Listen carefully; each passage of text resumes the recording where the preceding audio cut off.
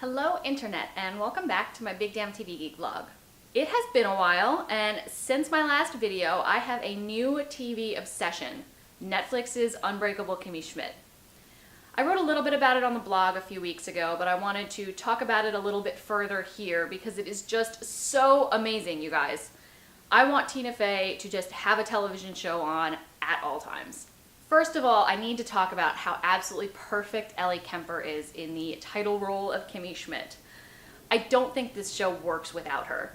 She has this wonderful energy and joy to her performance that helps take the edge off of some of the darker humor that the show delves into as the first season goes along. She also portrays the kind of naivete and cluelessness of living in 2015 that is inherent in the Kimmy character in such a wonderful way. So you get things like Titus, dancing is about butts now, or hash brown, no filter, that are just so funny and make that character even more of a pleasure to watch. I mentioned the show has kind of some darker edges to its humor.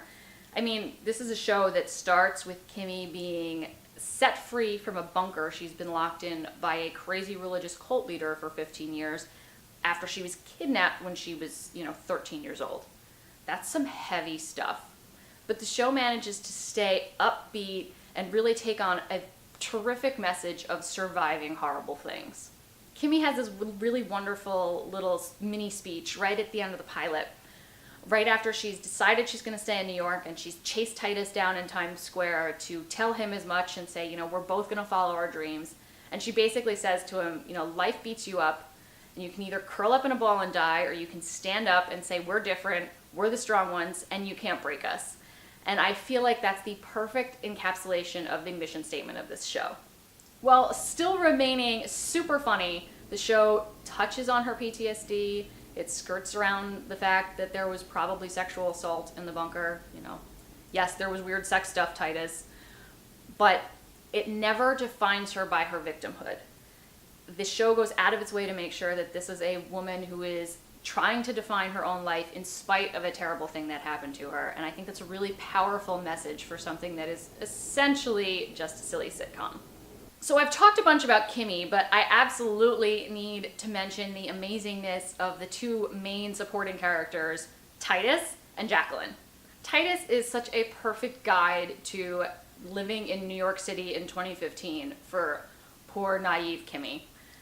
Titus is completely self-absorbed, he totally knows it, but he also knows New York, and he wants to protect Kimmy in spite of not really wanting to do anything for anybody, and it makes him a delight to watch.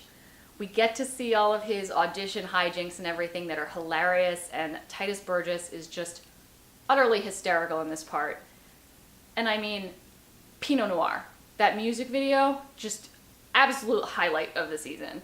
So I'm completely in love with Titus. And then we have the one and only Jane Krakowski as Jacqueline Voorhees.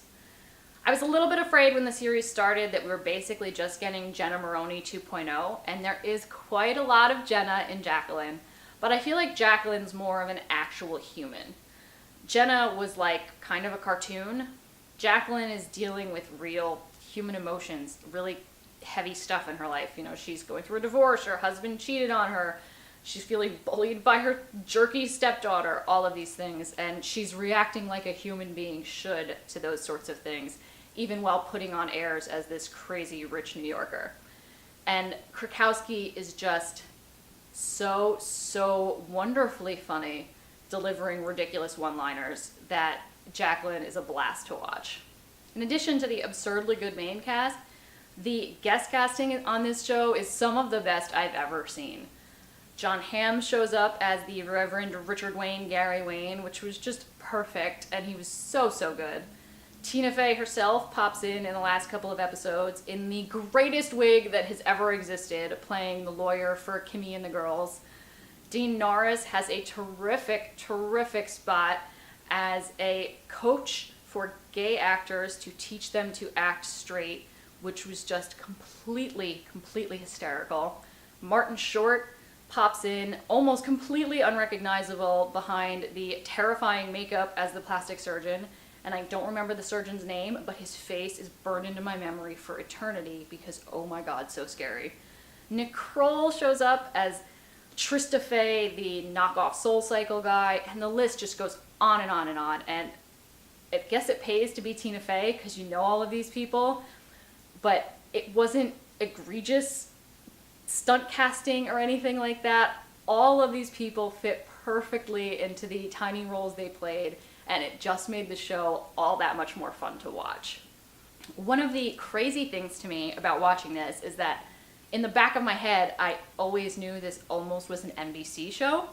For those of you that don't know, NBC picked this show up last year, made all 13 episodes, and then ultimately decided not to put it on their schedule because they felt like they didn't have another comedy to pair it with that would allow it to succeed.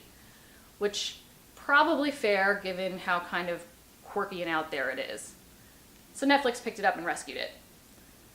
But as I was watching some of this stuff, like that crazy Daddy's Boy bit at the end of the one episode, I couldn't fathom it being a broadcast network show.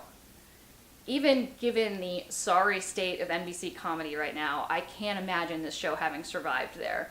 So I'm so thankful to Netflix for being a thing that exists and can rescue shows like this and allow us to see them, because in another universe, no one ever saw Unbreakable Kimmy Schmidt. It just died and that was the end of it. I'm also really, really curious to see in season 2 if the show changes at all now that it's being made for Netflix. They'll have a little more leeway to go a little darker and a little crazier if they want. I'm curious to see what Tina Fey and the writers decide to do with that extra creative freedom. So those are some of my thoughts on Unbreakable Kimmy Schmidt, but I want to know what you guys think. Did you enjoy it as much as I did? Did you have any specific episodes you really loved?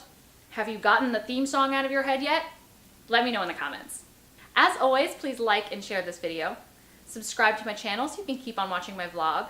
You can follow me on Twitter at BigDamnTVGeek, and there's a link to my blog and my Facebook page in the description.